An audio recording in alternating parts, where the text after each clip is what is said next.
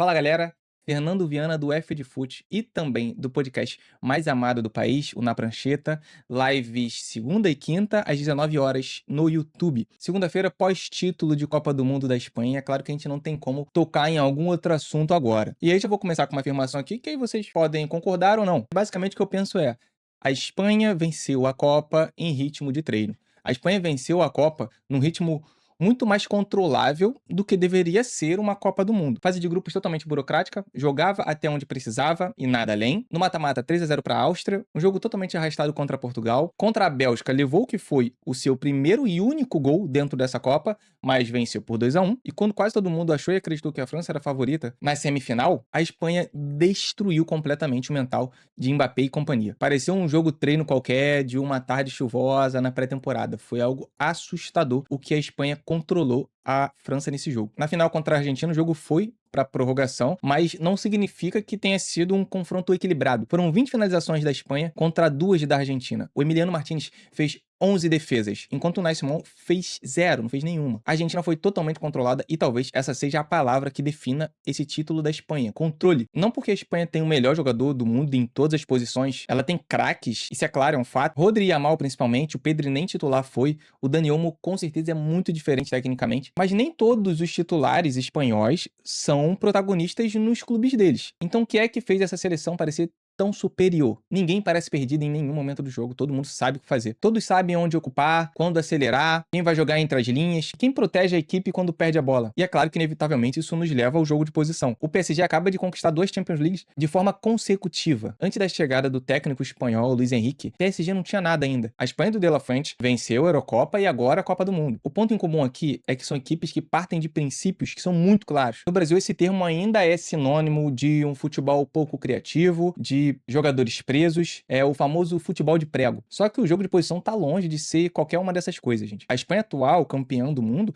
ela não é igual àquela Espanha de 2010, campeã do mundo também. Ela continua valorizando a posse, mas é mais vertical. Utiliza mais os pontas e acelera quando tem espaço. Ela não abandonou a sua identidade para se modernizar. Ela modernizou a sua própria identidade. E a questão é que ali tem uma identidade, ao contrário da nossa seleção brasileira, que até outro dia não sabia como iria jogar nessa Copa de 2026 e ainda não sabe como vai chegar na Copa de 2030. E eu não tô dizendo aqui que a seleção brasileira precisa copiar a Espanha. Cada país tem sua cultura, cada geração de jogadores de elenco tem características diferentes e cada situação pede soluções próprias. O problema não é o Brasil não jogar como a Espanha. O problema é o Brasil ainda não saber claramente como jogar. A cada novo treinador a gente começa tudo de novo. Pressão alta, bloco médio, laterais por dentro, lateral por fora, ligação direta, saída curta.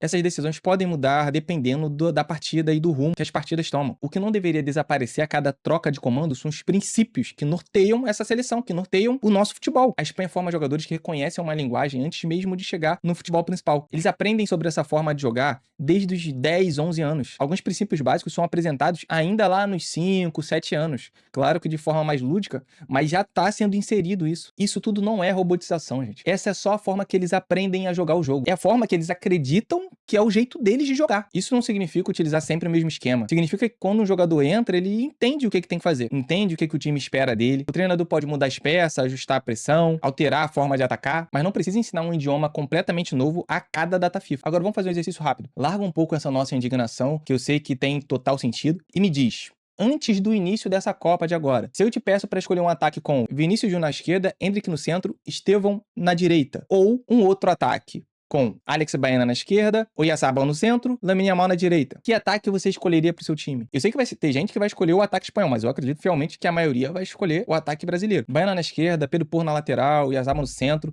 Eu não tô dizendo que são jogadores fracos, longe disso, mas longe mesmo disso. São jogadores do mais alto nível. Mas o que o futebol brasileiro tem hoje e terá em 2030, individualmente, no 11 contra 11, não consegue realmente ter um nível parecido com a Argentina campeã de 2022, com a Espanha campeã de 2026? Nós temos o talento e provavelmente vamos continuar produzindo jogadores decisivos, tecnicamente muito diferentes. Mas talento sem uma estrutura coletiva clara vira isolamento. Liberdade sem organização ainda pode parecer liberdade, mas é muito mais solidão. O Brasil não precisa escolher entre criatividade e organização. Precisa utilizar uma para poder potencializar a outra. E é por isso que o título da Espanha não deveria nos fazer perguntar se a gente deve jogar como a Espanha. A pergunta certa é como o Brasil quer jogar em 2030. A Copa do Mundo não começa na convocação, gente. Uma identidade de jogo não nasce em 3 semanas de treinamento. A Espanha pode trocar jogadores, pode mudar mudar alguns detalhes, pode trocar até o treinador, mas já sabe quais perguntas precisa fazer quando entra em campo. E o Brasil parece querer mudar as perguntas a cada ciclo. Enfim, fico por aqui, vamos ver como fica o resto dessa temporada, e um grande abraço a todos os meus amigos aí do Na Prancheta.